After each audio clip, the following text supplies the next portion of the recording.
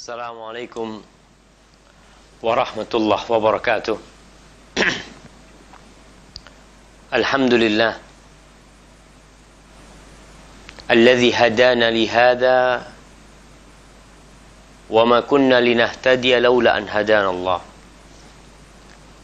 Segala puji bagi Allah Jalla Jalaluh yang telah memberikan hidayahnya kepada kita untuk berada di atas kebenaran ini, untuk meniti Siratal Mustaqim, berada di atas agama Islam, mengenal sunnah Rasulullah sallallahu alaihi wasallam yang merupakan pedoman hidup seorang muslim. Kalau bukan karena Allah yang memberikan hidayah kepada kita, gak mungkin kita berada di atas hidayah ini. Dan mungkin sebagian kita tidak akan mengenal mana yang Allah inginkan dari kita dan apa yang dipinta oleh Rasulullah sallallahu alaihi wasallam dari kita. Maka sepatutnya seorang muslim mensyukuri nikmat hidayah lebih dari segala nikmat yang Allah berikan. Karena nikmat hidayah adalah nikmat yang sangat agung sekali. Nikmat itu kelak akan mengantarkan hamba kepada nikmat yang paling besar, itu surga Allah dan keridhaan Allah Jalla Jalaluh. Allahumma salli wa sallim wa zid wa barik wa an'im ala sayyidina wa maulana wa qurrati a'yunina Muhammad wa ala alihi wa azwajihi wa ashabihi wa man iktafa atharuhum bi ihsanin ila yaumiddin. Dan semoga salawat itu bersambung untuk keluarga beliau, untuk istri-istri beliau, untuk putra-putri beliau, dan untuk seluruh sahabat Nabi serta orang-orang yang meniti jalan mereka sampai kelak hari kiamat. Pemirsa Roja TV rahimakallah dan para pendengar Radio Roja, malam ini malam Selasa, tepatnya tanggal 29 Safar 1438 Hijriah, kita bersua kembali, berjumpa untuk mengaji dan mengkaji tentang bagaimana seharusnya seorang muslim beradab, beretika, bergaul sesama makhluk hidup. Kita masuk kepada bab tentang babun akhdul bait minal hummarah. Bab berkaitan dengan hukum mengambil telur dari burung. Hummarah itu salah satu jenis burung. Subhanallah. Tatkala engkau berfikir tentang Islam dan engkau sebagai seorang muslim, maka engkau harus mengetahui bahwasanya Islam telah mengajarkan segala sesuatu.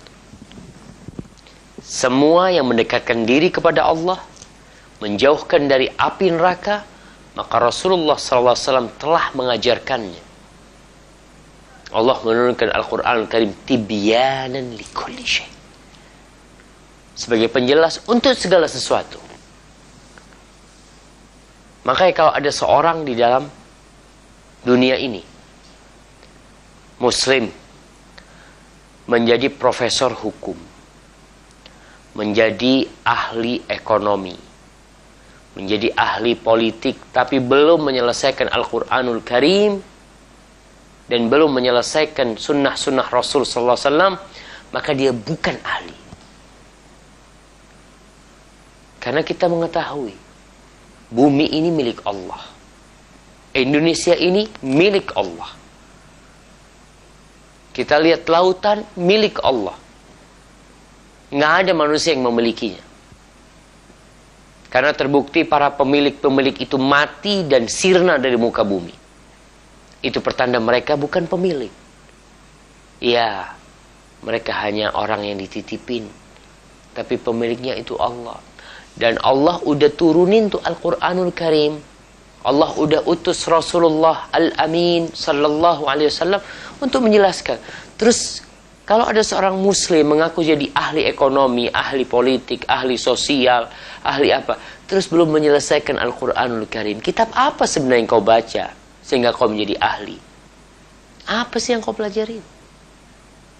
Kitabnya Fulan Al-Kafir, Allan Al-Kafir, catatan-catatan bikinan manusia yang besok direvisi, yang kemudian besok lagi direvisi, yang mungkin besok lagi dia mengatakan perkataan itu tidak sinkron lagi dengan zaman dan dengan tempat yang ada.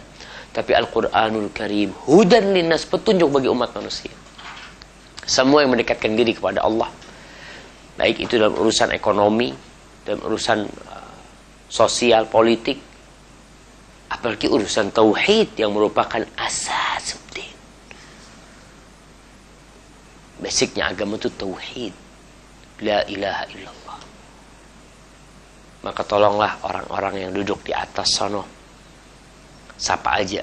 Atau orang yang mau duduk di sana, selesaikan dulu Al-Quran Karim, hatamkan dulu tuh, fahami dulu apa yang Allah inginkan, hatamkan dulu Sahih Al-Bukhari. Nanti kau kalau mau jadi, paling enggak udah ada pandangan mau dibawa kemana nih negeri ini. Babun akhdul bait minal khumar. Islam berbicara tentang mengambil telurnya burung. Telurnya burung. Bukan mengambil anaknya orang. Bukan menculik.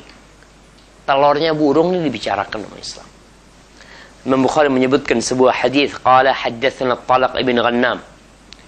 Qala haddatsana al-Mas'udi an al-Hasan bin Sa'ad an Abdurrahman bin Abdullah an Abdullah.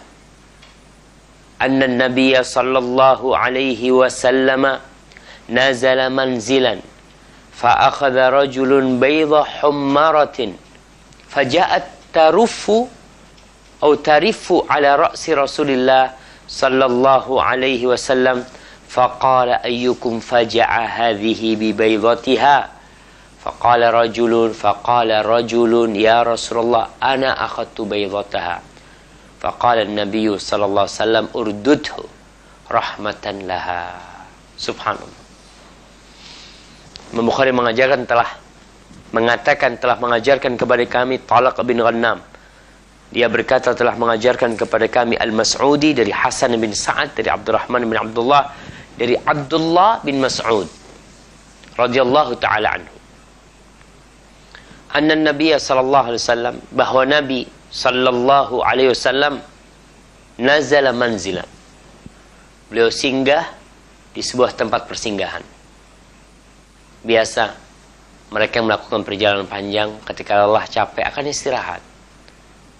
Mereka akan mencari tempat biasanya yang teduh, yang mungkin di situ ada beberapa pepohonan, atau di tempat yang mentari sudah tidak sampai kepada mereka.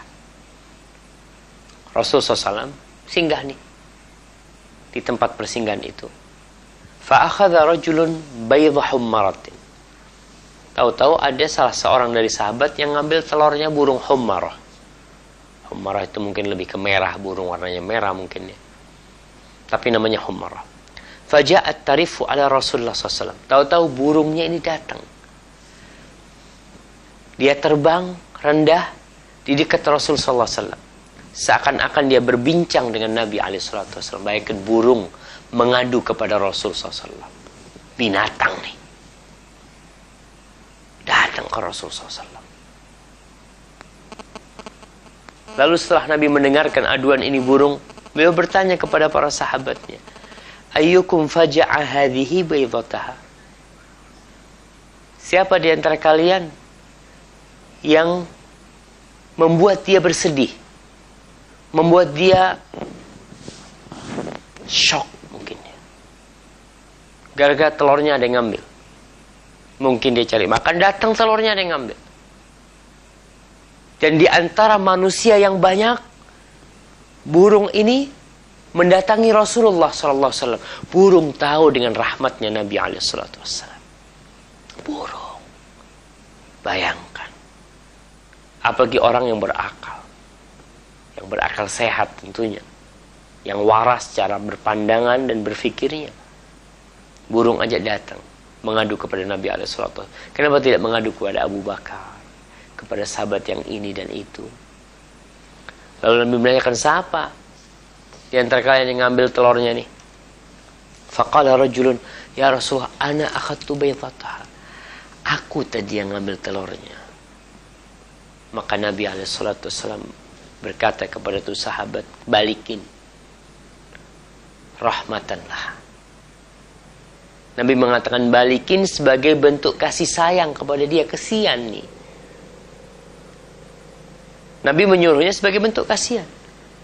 Mungkin dia akan mengatakan, oh aku mau makan atau aku mau apa. Kau balikin. Kesian tuh.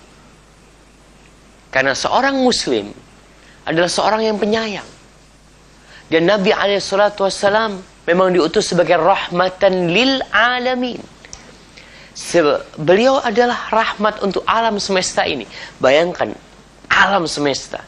Burung pun mendapatkan rahmat Nabi SAW. Dia bisa laporan sama Nabi SAW. Dan banyak kejadian di masa beliau hidup.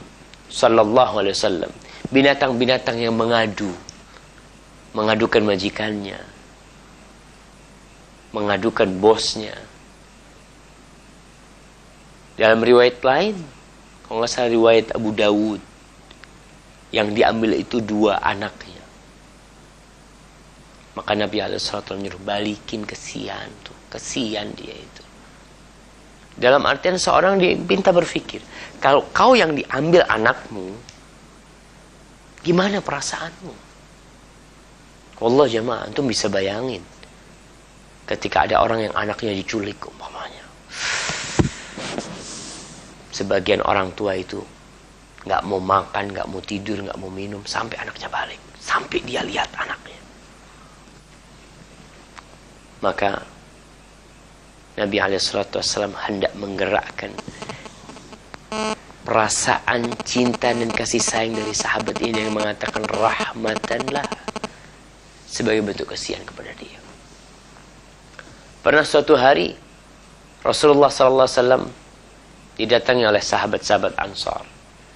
Dia mengatakan, ya Rasulullah, kami ini punya onta jantan biasa digunakan untuk menyirami kebun. Jadi onta itu dipekerjakan untuk menarik air dengan timba dari sumur. Biasanya gitu tuh modelnya. Tapi sekarang tuh onta nggak mau lagi. Kita naik, dia nggak mau, suruh kerja nggak mau. Gimana nih Rasulullah SAW? Onta jantan, menakutkan sekali. Onta itu besar, apalagi kalau jantan memiliki kekuatan yang lebih. Maka Rasulullah SAW datang ke kebun orang ini. Dilihat ada di ujung sana ada onta yang lagi duduk. Nabi SAW hendak mendatangi itu onta. Para sahabat ngomong, wahai Rasulullah SAW, innahu mithlul kalbil kalib. Dia itu seperti anjing gila sekarang sudah. Aku takut, mereka takut Rasulullah SAW nanti disakiti sama tu onta. Nabi SAW mengatakan, ma'alaik, enggak apa-apa kata dia. Sudah kalian tenang. Nabi ketika mendatangi itu onta bangun. Dia langsung mendekat kepada Rasulullah SAW. Dan ketika berada di depan Nabi SAW, onta itu langsung sujud kepada Nabi SAW.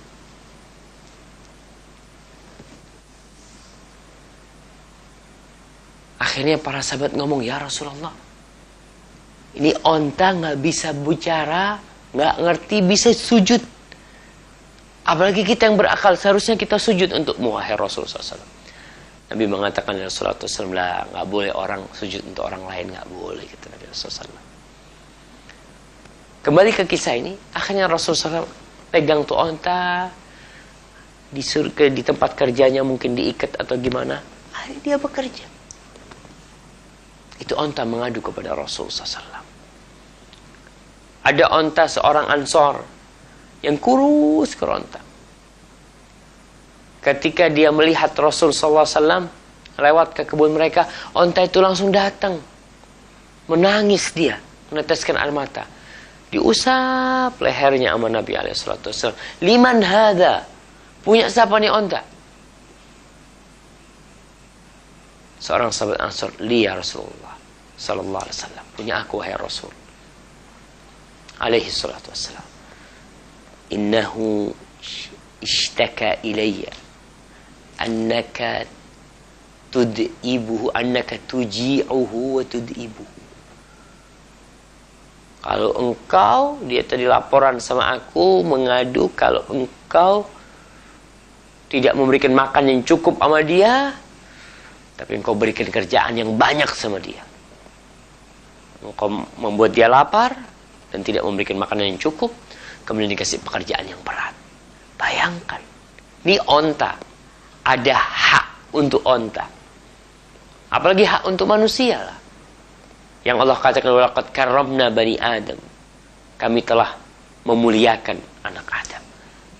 Kalau onta aja ada jam kerjanya, ada jam makannya. Kalau mungkin sekarang ada istilah UMR-nya, ya sesuai lah. Kalau kerjaannya berat, ya makannya yang banyak. Jangan dikasih kerjaan berat, makanan nggak dikasih, sehingga dia merasa lelah. Tapi di sini kita lihat bagaimana rahmat Nabi SAW terhadap binatang. Datang tuh binatang, dan Rasul SAW mengusap dan mengelus itu binatang. Sallallahu ala nabiyina wasallam. Jadi bagaimana dengan kita terhadap binatang-binatang kita pelihara? Sapi, yang piara sapi. Ayam, yang piara kuda, yang piara kambing. Hati-hati, engkau akan diminta pertanggungjawaban tentang apa yang menjadi tanggung jawabmu kelak. Tapi bab yang selanjutnya, bab 178. Babun at-tayru fil qafas. Bab tentang burung di dalam kurungan. Ini babnya bab kita memelihara binatang. Imam Bukhari menyebutkan hadis tentang burung, tapi pada hakikatnya untuk semua binatang. Ikan yang di akuarium, ayam yang di dalam kandang, atau kucing mungkin yang di dalam kurungan, atau kelinci yang memang orang-orang suka memeliharanya. Ada yang karena senang melihat bulunya, ada yang karena suka mendengarkan suaranya, ada yang suka melihat lenggak-lenggok ikan yang indah ketika di akuarium umpamanya. Apa tuh hukumnya yang seperti itu? Islam agama yang rahmatan lil alamin. Apakah yang seperti ini diperbolehkan dalam Islam? Maka Imam Bukhari menyebutkan dua hadis. Yang pertama athar dari Hisham bin Urwah bin Zubair, dan yang kedua adalah hadis Anas bin Malik radhiyallahu ta'ala anhum. Yang pertama, Imam Bukhari mengatakan telah mengajarkan kepada kami Arim, dia berkata telah mengajarkan kepada kami Hammad ibn Zaid dari Hisham ibn Urwah. Qala kana ibn Zubair bi Makkah wa ashabun Nabi sallallahu alaihi wasallam yahmiluna at-tayr fil aqfas. Sanad riwayat ini dhaif. Disebutkan oleh Hisham bin Urwah, dulu tuh Abdullah bin Zubair di Makkah. Abdullah bin Zubair sempat menjadi gubernur, bukan gubernur, bahkan menjadi khalifah pada waktu itu, amir untuk Hijaz di Makkah dia. Dan diceritakan wa ashabun Nabi SAW, dan sahabat-sahabat Nabi di kala itu mereka membawa burung dalam kurungan. Berarti nggak apa-apa. Namun asar ini dhaif. Tapi yang selanjutnya menguatkan bahwasanya memelihara burung di dalam kandang, di dalam kurungan itu diperbolehkan. Catatannya tetap harus ada kasih sayang. Kasih makan yang cukup, kasih minum yang cukup. Sebagian orang anda lihat, Masya Allah, burungnya dimandiin. Kita kadang kala berangkat dari perumahan sini ke kampus STDI, itu ngeliat ada orang yang mandiin burungnya. Dia semprot, padahal yang nyemprot belum mandi. Masya Allah, sayang sama burungnya. Apa-apa, yang penting ada rahmat. Di hadis yang kedua ini Imam Bukhari mengatakan haddatsana Musa qala haddatsana Sulaiman ibn al-Mughirah an Thabit al-Bunani an Anas bin Malik radhiyallahu anhu qala dakhala an-nabiy sallallahu alaihi wasallam fara abnan li Abi Talha yuqalu lahu Abu Umair wa kana lahu nughairun yal'abu bihi faqala ya Abu Umair ma fa'ala au aina nughair. Imam Bukhari mengatakan telah mengajarkan kepada kami Musa, dia berkata telah mengajarkan kepada kami Sulaiman ibn Mughirah, meriwayatkan dari Thabit bin Anas, Thabit meriwayatkan dari Anas bin Malik. Anas berkata radhiyallahu taala anhu, suatu hari Nabi alaihi salatu wassalam masuk ke rumahnya, ke rumah Anas yang ceritakan. Fara'a ibnan li Abi Talha. Di situ Nabi alaihi salatu wassalam melihat putranya Abu Talha. Abu Talha ini bapak, apa istilahnya? Bapak tirinya Anas atau bapak sambungnya Anas bin Malik. Ibunya Anas menikah dengan Abu Talha. Disebut ini anak Abu Umair, anak kecil, udah pakai kunyah, ucapan panggilan yang memang untuk mempererat hubungan, untuk mencairkan kondisi. Orang tuh kalau dipanggil dengan kunyahnya senang banget. Makanya ulama mengatakan sunnah tuh kunyah, artinya orang dipanggil dengan abu atau ummu. Kalau perempuan ummu fulan, kalau laki abu fulan.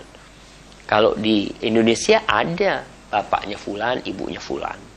Di Jawa pun ada, umpamanya Pak E fulan, Mbok E fulan.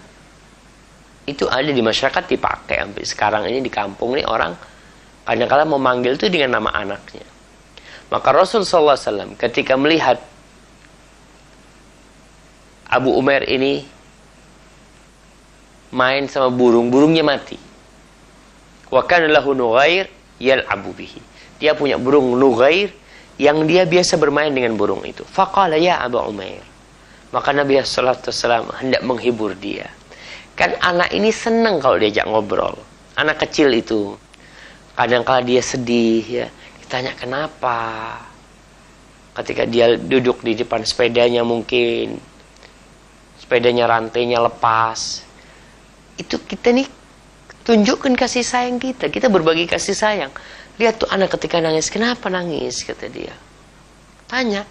Kata dia rantainya lepas. Oh kita pasangin. Atau apalah. Rasulullah SAW Nabi. Panglima perang. Kalau lagi di medan perang beliau panglima. Sallallahu alaihi wasallam. Ketika di masjid beliau jadi imam. Alaihi salatu wassalam. Ketika ke pasar, sidak pasar, beliau sebagai orang pemerintahan, pemimpin negara. Beliau berpidato di masjid. Tapi tatkala beliau masuk rumah, beliau menjadi Rasulullah SAW. Menjadi bapak, menjadi paman, menjadi suami. Itu Nabi SAW.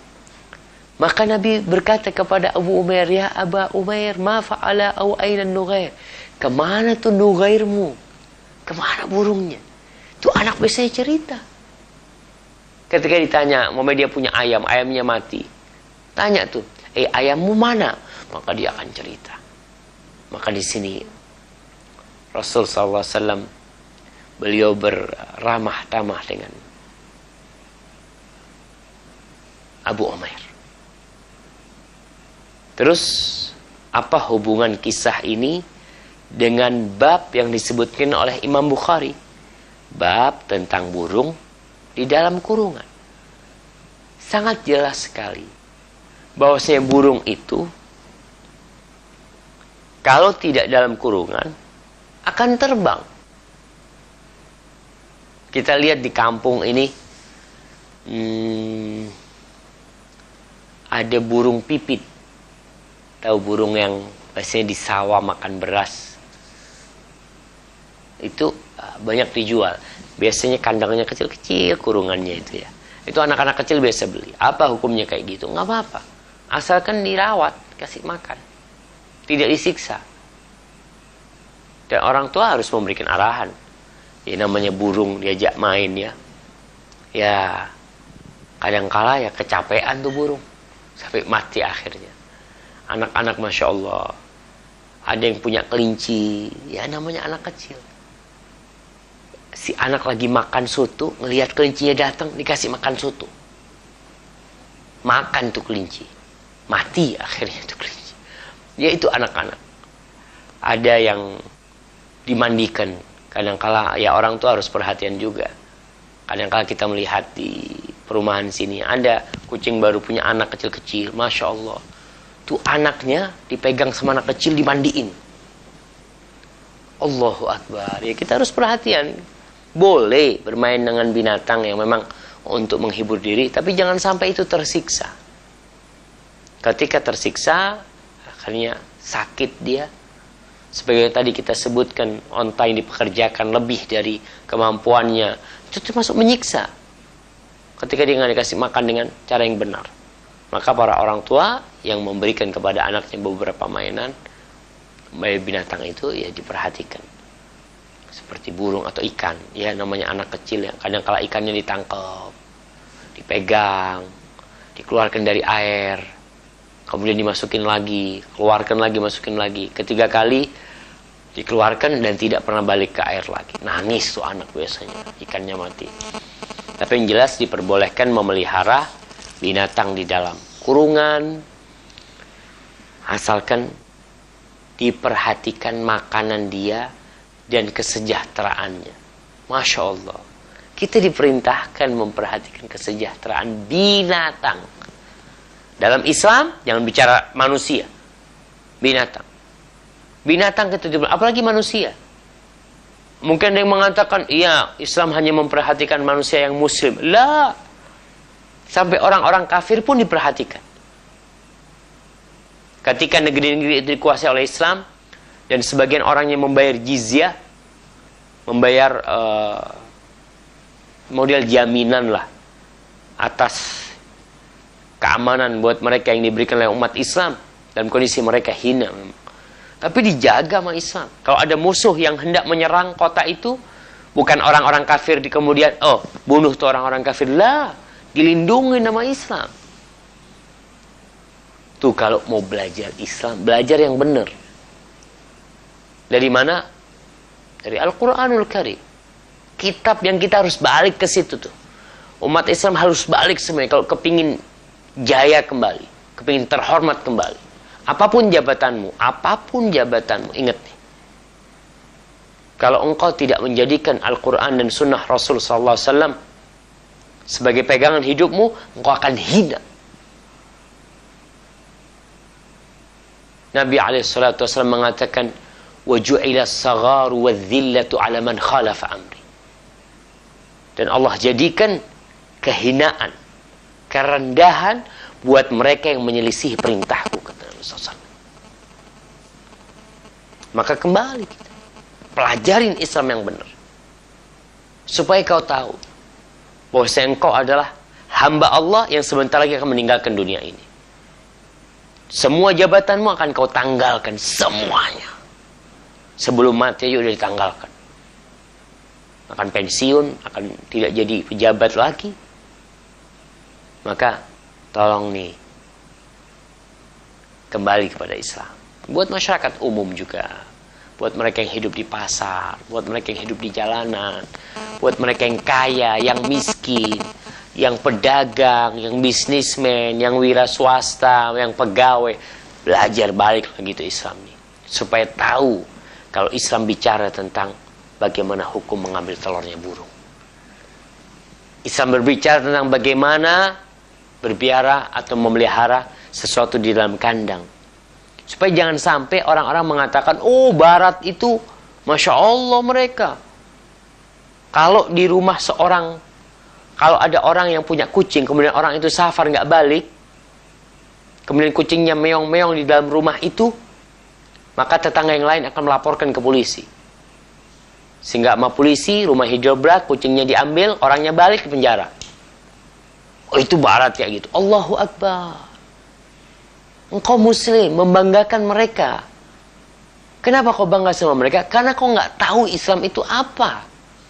Dan siapa mereka sebenarnya. Sehingga ada orang yang membanggakan orang-orang kafir. Padahal mereka tidak pernah membanggakan diri. Mereka benci sama kau. Engkau malah cinta mereka. Ini karena kebodohan. Karena faktor ya, nggak pernah belajar Islam. Hanya pelajaran agama di SD, 2 jam dalam sepekan, 6 tahun belajar, SMP 3 tahun, 2 jam dalam sepekan, terus seperti itu.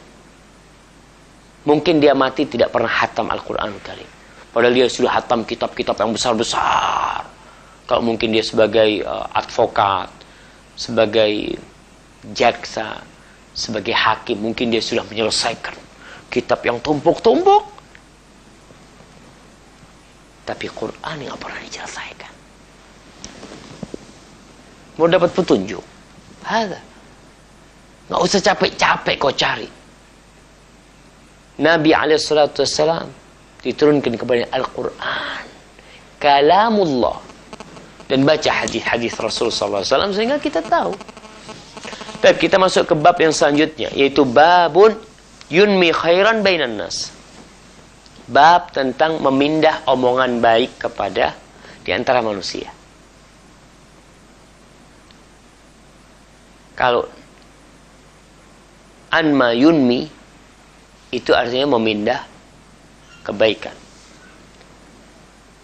Kalau namma yunammi pakai tasydid itu memindahkan atau menyebarkan omongan orang untuk merusak. Yang disebut namam nantinya, mengadu domba. Mungkin niatnya tidak mengadu domba, tapi karena dia pindah omongan buruk, dia dengar dari fulan tuh ngomongin kau kayak gini. Niatnya mungkin nggak ada untuk mengadu domba, tapi itu mengadu domba. Karena memindahkan omongan keburukan. Kau seharusnya kalau ada perkataan buruk, kau tutupin. Karena kalau perkataan buruk ini tersebar, umpamanya merusak orang, ya engkau akan mengadu domba. Tapi kalau memang ada perkataan-perkataan yang merupakan penghinaan umpamanya, yang memang harus diselesaikan, diselesaikan. Seperti kejadian di masa Rasul SAW. Ada orang-orang yang menghina Nabi SAW. Abdullah bin Mas'ud pernah menyampaikan, kayaknya akan kita baca tuh. Ketika ada orang yang mengatakan Rasul SAW itu nggak adil dalam pembagiannya, maka Nabi luruskan permasalahan itu. Nggak boleh didiamkan. Tapi kalau yang terjadi omongan-omongan urusan duniawi ini bab tentang memindah omongan kebajikan di antara manusia. Kita seharusnya dalam kehidupan ini, ya, ucapan-ucapan positif, perkataan-perkataan indah, dan kritikan-kritikan mungkin yang membangun, itu yang perlu disebarkan. Maka di sini Al-Imam Bukhari mengatakan, Haddatsana Abdullah bin Salih, qala haddatsani Al-Laits, qala haddatsani Yunus, an Ibn Shihab qala akhbarani Humaid ibn Abdurrahman anna ummahu Ummu Kalthum ibnata Uqbah ibn Abi Mu'ayth akhbarathu annaha sami'at Rasulullah sallallahu alaihi wasallam yaqulu laysa al-kadhdhabu alladhi yuslihu bainan nas fayaqulu khairan aw yunmi khairan. Qalat wa lam asma'hu yurakhisu fi shay'in mimma yaqulu an-nas min al-kadhib illa fi thalath: al-islah bainan nas, wa hadith ar-rajul imra'atah, wa hadith al-mar'ati zawjaha. Baik. Di sini Imam Bukhari menyebutkan sebuah hadis. Dia mengatakan telah mengajarkan kepada kami Abdullah bin Saleh. Dia berkata telah mengajarkan kepadaku Al-Laits. Dia berkata telah mengajarkan kepadaku Yunus dari Ibnu Syihab. Ibnu Syihab mengajarkan kepadaku bahwa Humaid bin Abdurrahman mengajarkan kepadanya bahwasanya ibundanya Humaid ibn Abdurrahman, yaitu Ummu Kalthum ibnatu Uqbah ibn Abi Mu'aid. Uqbah ibn Abi Mu'aid, ini putrinya, namanya Ummu Kalthum. Sebelum kita bahas nih, ada satu pesan yang perlu kita dengarkan tentang Ummu Kalthum, putrinya Uqbah bin Abi Mu'aid. Uqbah ibn Abi Mu'aid, dia adalah salah satu orang kaya di Mekah. Dia majikannya Abdullah bin Mas'ud. Abdullah bin Mas'ud itu piara kambingnya Uqbah bin Abi Mu'aid ketika di Mekah. Dan Uqbah bin Abi Mu'aid pernah sempat dekat sama Rasul SAW. Tapi gara-gara Umayyah bin Khalaf, akhirnya dia malah memusuhi Nabi SAW. Bahkan dialah orang yang membawa rahimnya onta yang baris habis disembelih, yang penuh dengan kotoran itu, dibawa sama Uqbah bin Abi Mu'aid, diletakkan di punggung Rasul SAW. Dan ketika perang Badar, Uqbah bin Abi Mu'aid termasuk yang ditawan, dan dalam perjalanan pulang dia dipotong kepalanya dalam perjalanan dari Badar ke Madinah. Putrinya beriman ketika di Mekah. Nah, bapaknya memusuhi, putrinya beriman dan hijrah, termasuk orang yang pertama hijrah ke kota Madinah, radhiyallahu taala an Ummi Kalthum binti Uqbah bin Abi Mu'aid. Di sini pesan yang ingin Anda sampaikan, Allah itu menghidupkan yang mati, mematikan yang hidup. Allah itu yukhrijul hayya minal mayyit wa yukhrijul mayyita minal hayy. Allah mengeluarkan yang hidup dari yang mati. Di antara maknanya adalah Allah mengeluarkan orang yang beriman dari orang tua yang kafir. Anaknya beriman, Masya Allah. Ini yang terjadi seperti Uqbah bin Abi Mu'aid yang putrinya beriman. Wa yukhrijul mayyita minal hayy. Dan Allah mengeluarkan yang mati dari yang hidup. Seperti putranya Nabi Nuh alaihissalam. Putranya Nabi Nuh alaihissalam. Bayangkan putranya kafir, bapaknya seorang nabi padahal. Apa yang dikatakan oleh Ummu Kalthum? Kata putranya Humaid bin Abdurrahman, ibundanya itu pernah mengajarkan kepada dia bahwa dia mendengar, yakni Ummu Kalthum mendengar Rasulullah sallallahu alaihi wasallam bersabda. Apa sabda Nabi? Laisal kadzdzab alladhi yuslihu bainan nas fayaqulu khairan aw yunmi khairan. Tidak, bukanlah tergolong pendusta orang yang berusaha untuk memperbaiki antara manusia. Dia berkata yang baik atau dia memindah omongan yang baik antara manusia. Kadzdzab, bukan termasuk dusta, padahal dia bohong. Artinya ada bohong yang diperbolehkan. Nah, jadi berkaitan dengan memperbaiki antara manusia yang bertikai. Kita datang ke fulan, kita ngomong nih, fulan, aku baru datang dari tempatnya fulan, ngobrol sama fulan, Masya Allah, dia itu sering cerita tentang engkau, padahal nggak pernah cerita. Ini lagi musuhan nih. Dia tanya, bener fulan kayak gitu? Kata dia, iya, kata dia. Masya Allah, berarti anak yang buruk sangka, kata dia. Akhirnya nih orang berangkat lagi ke rumahnya fulan tadi yang dia omongin. Dia cerita, aku dari tempatnya fulan, fulan lagi memujimu, ini macam-macam. Maka ini diperbolehkan. Sebagian ulama berpendapat bohong itu semuanya nggak boleh. Yang diperbolehkan tauriyah. Jadi omongan yang multi tafsir. Artinya kita mengatakan anak tadi ke tempatnya fulan, dia bicara tentang engkau, bahwasanya engkau gini. Dia bicara, Tapi dia tidak mengatakan bicara keburukan, tapi bicaralah tentang dirimu. Ternyata fulan itu baik. Ini pendapat yang pertama yang mengatakan kalau yang diperbolehkan tauria, kalau bohong sesungguhnya nggak boleh. Tapi pendapat kedua yang rojih itu bohong diperbolehkan dalam rangka memperbaiki orang yang bertikai. Nah, itu pendapat yang lebih kuat. Kalau kita bisa nggak bohong, itu lebih utama tentunya. Tapi umpamanya kita nggak mungkin nggak bohong. Ini ribut fulan ini. Maka kalau memang dia harus berbohong, tidak apa-apa. Rasulullah SAW mengatakan laisal kadzab. Orang itu tidak tergolong pendusta. Karena kita tahu pendusta itu dilaknat. Laknatullah alal kadzibin. Tapi dalam kondisi dia hendak memperbaiki orang yang bertikai, ngomong fulan berbuat baik dan berkata baik tentang engkau, ke fulan seperti itu tidak termasuk kadzab. Tidak termasuk dusta yang diharamkan. Qalat, lalu wanita ini Ummu Kalsum mengatakan, walam asma'u yurakhis fi syai'in. Dan aku belum pernah mendengar beliau memberikan rukhsah, memberikan dispensasi mimma yaqulun nas minal kadzib, dari omongan orang-orang yang mengandung dusta. Dusta itu artinya memberikan informasi tidak sesuai dengan kenyataan. Itu dusta.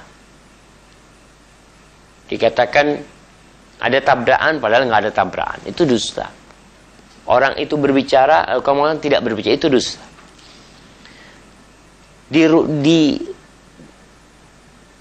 Dia mengatakan atau tidak pernah mendengar Nabi SAW atau belum mendengar Nabi SAW memberikan rukhsah, memberikan keringanan, memberikan dispensasi dari omongan dusta di antara manusia illa fi thalath, kecuali dalam 3 kondisi. Yang pertama al-islah bainan nas. Ini bab yang berkaitan dengan yang sedang kita bahas, yaitu pembicaraan dalam rangka memperbaiki antara manusia yang bertikai. Mau perang nih umpamanya, diperbaikin. Dengan bohong, dengan kebohongan nggak apa-apa. Wa hadithur rajuli imra'atah. Dan omongan suami kepada istrinya. Ini omongan yang lebih kegombal mungkin ya, kalau katanya orang itu rayu-rayuan maut. Antara suami ngomong sama istrinya. Dia mengatakan kepada istrinya, Masya Allah, kam anti jamilah. Aduh, betapa cantiknya engkau. Engkau cantik banget gitu. Padahal istrinya nggak cantik. Atau si suami mengatakan, Subhanallah ya, aku dari tadi itu di tempat kerjaku, yang dalam bayanganku itu engkau. Kapan aku pulang? Aku kangen, padahal nggak pernah kangen dia. Makan sama si istrinya. Ketika makan gulai, dia lihat, Masya Allah, nggak pernah anak makan gulai seenak ini. Untuk menyenangkan hati istrinya, padahal gulainya nggak enak. Tapi tadi nggak apa-apa yang seperti itu. Ana pernah dapat kemarin ya kiriman dalam bahasa Arab tentang seorang suami yang mengatakan kepada istrinya, kam anti jamilah. Wahai istriku, engkau betapa cantiknya. Cantik banget engkau itu. Apa kata istrinya? Istrinya mengatakan pada suaminya, sebenarnya aku ingin membalasmu dengan ucapan yang sama. Tapi gimana kau jelek, kata istrinya. Apa kata suaminya? Suaminya mulai sakit hati sama istrinya. Dikatakan jelek. Apa kata istrinya? Kata suaminya, ikdzibi kama kadzabtu. Engkau bohonglah, sebagaimana aku tadi bohong juga sebenarnya. Bilang kau cantik itu aku bohong sebenarnya. Ribut akhirnya suami istri kayak gini. Jadi para jamaah, diperbolehkan dusta untuk urusan suami istri boleh. Kemudian di sini disebutkan wa hadithul mar'ati zaujah. Dan istri ngomong sama suaminya, kebohongan yang untuk rayuan-rayuan itu diperbolehkan sebenarnya. Baik. Dalam riwayat lain disebutkan yang diperbolehkan 3. Yang ketiga itu di sini kan suami ngomong sama istri itu kedua, istri ngomong sama suami itu ketiga. Di beberapa riwayat lain disebutkan yang diperbolehkan itu adalah al-kadzibu fil harb, dusta dalam peperangan. Sebelum kita masuk ke sesi tanya jawab, anak akan sampaikan sebuah kisah. masalah bohong antara suami istri. Disebutkan dalam At-Tarikh Al-Kabir punya Imam Bukhari dan dalam beberapa kitab lainnya, kisah ada seorang yang dikenal dengan Ibnu Abi Azrah. Ibnu Abi Azrah di masanya Umar bin Khattab radhiyallahu taala anha. Banyak wanita-wanita yang kawin sama dia itu mesti minta cerai. Wanita itu akhirnya minta cerai, khulu. Akhirnya tersebarlah di masyarakat omongan gak enak tentang Ibnu Abi Azrah. Ya, dia merasa gak nyaman dengan omongan-omongan ini. Wanita yang kawin sama dia mesti minta khulu. Berarti ini lelaki gak benar gitu loh. Buktinya apa? Semua perempuan yang pernah kawin sama dia mesti minta cerai. Akhirnya suatu hari Ibnu Abi Azrah ini datang ke Abdullah bin Arqam. Dia mengatakan, Abdullah bin Arqam, kau ikut akulah ke rumah, supaya kau tahu kondisi rumah tanggaku ini gimana. Untuk jadi saksi nih, Abdullah bin Arqam. Sampai rumahnya, Ibn Abi Azrah berkata kepada istrinya. Abdullah bin Arqam dengar nih pembicaraan antara Ibnu Abi Azrah dengan istrinya. Apa kata Ibnu Abi Azrah? Anshuduki billah, hal tubghidini, ini aku meminta dengan nama Allah, kau jujur. Apakah engkau benci sama aku? Apa kata istrinya? La tunshidni, udah kau jangan maksa aku untuk sumpah dengan nama Allah. Udah ngomong yang lainnya, kata istrinya. Apa kata Ibn Abi Azrah? Fa inni anshuduki billah, aku minta kepadamu dengan nama Allah, kau jujur. Kau benci nggak sama aku? Apa kata istrinya? Naam, ini aku nggak suka sama kau, aku benci sama kau. Nih, jujur, istrinya jujur. Kalau dia benci sama suaminya, ya kita kadang-kadang bosen. Ada lelaki yang udah nggak suka sama istrinya, udah benci dia. Ada yang sebaliknya, istri yang benci sama suaminya. Terus gimana? Apa mau terus terang? Duduk lagi makan, aku sebenarnya udah bosan hidup sama kau. Si suami juga gitu atau istri kayak gitu. Maka akhirnya ketika istrinya mengatakan iya, maka berkatalah Ibn Abi Azrah kepada Abdullah, kau lihat nih, kau dengar nih, dia benci sama aku. Masa aku mau hidup sama orang yang benci sama aku? Akhirnya datang laporan kepada Umar bin Khattab radhiyallahu taala anhum. Cerita Ibn Abi Azrah dengan saksi Abdullah bin Arqam. Setelah mendengar ceritanya, ya udah. Akhirnya aku panggil istrimu nanti. Ketika pergi ini orang, istrinya dipanggil sama Umar bin Khattab. Karena Umar mau mendengarkan dari kedua belah pihak. Masalahnya apa sih? Ada ribut-ributin. Dipanggil istrinya. Lalu Umar berkata kepada istrinya, Antil lati tuhaddithina li zawjiki annaki tubghidina. Engkau yang ngomong sama suamimu kalau engkau benci sama dia. Kau ngomong kalau kau nggak suka sama dia. Umar tanya sama istrinya. Qalat innahu nashadani fataharrajtu an akdzib. Afa akdzibu ya Amirul Mukminin? Istrinya ini masih suka hidup sama suami, tapi dia nggak ada rasa cinta. Ini kadang-kadang orang kan berpikir, udah nggak ada cinta lagi di antara kita, ya udah kita pisah. Enggak. Dalam Islam tuh nggak seperti itu rumah tangga. Bahkan Allah Jalla Jalla berfirman, wa ashiruhunna bil ma'ruf, gaulilah istri-istri kalian dengan cara yang baik, dengan cara yang patut, sampai dalam kondisi benci. Fa in karihtumuhunna, apabila engkau benci, Allah mengatakan benci, karih. Apakah Allah suruh ceraikan? Enggak, kata Allah. Bisa jadi engkau benci itu menyimpan banyak kebaikan, Allah jadikan banyak kebaikan di situ. Kita bicara masalah dusta nih. Babnya memindah amal, memindah omongan baik untuk memperbaiki antara manusia. Dan di antara dusta yang diperbolehkan, suami ngomong sama istri, istri ngomong sama suaminya. Dalam bab rayu-merayu lah. Lalu perempuan ditanya, ya Rasul, ya wahai Amirul Mukminin, tuh orang, tuh suamiku minta dengan nama Allah. Aku nggak enak kalau bohong. Apa boleh aku bohong, wahai Amirul Mukminin? Ini dia tanya sama Umar bin Khattab radhiyallahu taala anhu. Apa kata Umar bin Khattab? Qala na'am fakdzibi. Iya, boleh kau bohonglah kalau ditanya sama suamimu. Kau benci ini, bohong nggak apa-apa. In kanat ihdakunna la tuhibbu ahadana fala tuhadditsu bidzalik. Kalau ada di antara wanita-wanita ini, kata Umar bin Khattab, yang nggak suka sama suaminya, nggak perlu dia ngomong sama suaminya kalau dia benci. Nggak perlu. Karena apa? Karena omongan ini akan memperuncing permasalahan rumah tangga, memperkeruh keadaan. Kalau dia benci, udah nggak perlu ngomong. Boleh ngomong malah akan bohong. Katakan katanya, kau suka nggak sama aku? Katakan iya. Wallahi, nggak ada wanita di muka bumi ini yang senantiasa aku pikirkan kecuali engkau. Padahal udah mikir mau kawin lagi suaminya. Tapi ya udah, mau gimana? Dia menjaga rumah tangga karena dia mungkin nggak suka sama istrinya. Boleh bohong. Nah, fa inna aqallal buyut, kata Umar bin Khattab, alladhi yubna al-hub. Sedikit tuh rumah tangga yang dibangun di atas cinta, itu sedikit. Yang bertahan karena saya mencintai, itu sedikit, kata Umar bin Khattab.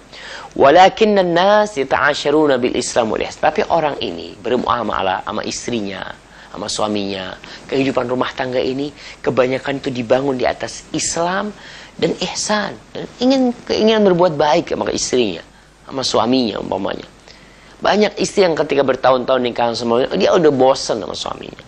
Mungkin selalu ada masalah, dia ingin tinggalkan suaminya. Tapi karena dia kesian sama anak-anaknya, atau sebaliknya suami yang kesian sama istrinya, kalau dicerai kesian sama anak-anaknya, akhirnya rumah tangga itu dipertahankan bukan karena cinta, tapi karena Islam. Kita ini diperintahkan dalam Islam untuk berbuat baik, karena ingin berbuat baik kepada sesama hamba Allah. Maka inilah termasuk bohong yang diperbolehkan dalam kehidupan rumah tangga. Suami bohong ya bohong urusan untuk menyenangkan hati istri. Hadza wallahu a'lam bissawab. Itu mungkin yang bisa kita kaji pada kesempatan kali ini. Kita masuk ke sesi tanya jawab. Falyatafaddal mashkuran ma'juran. Naam. Baik,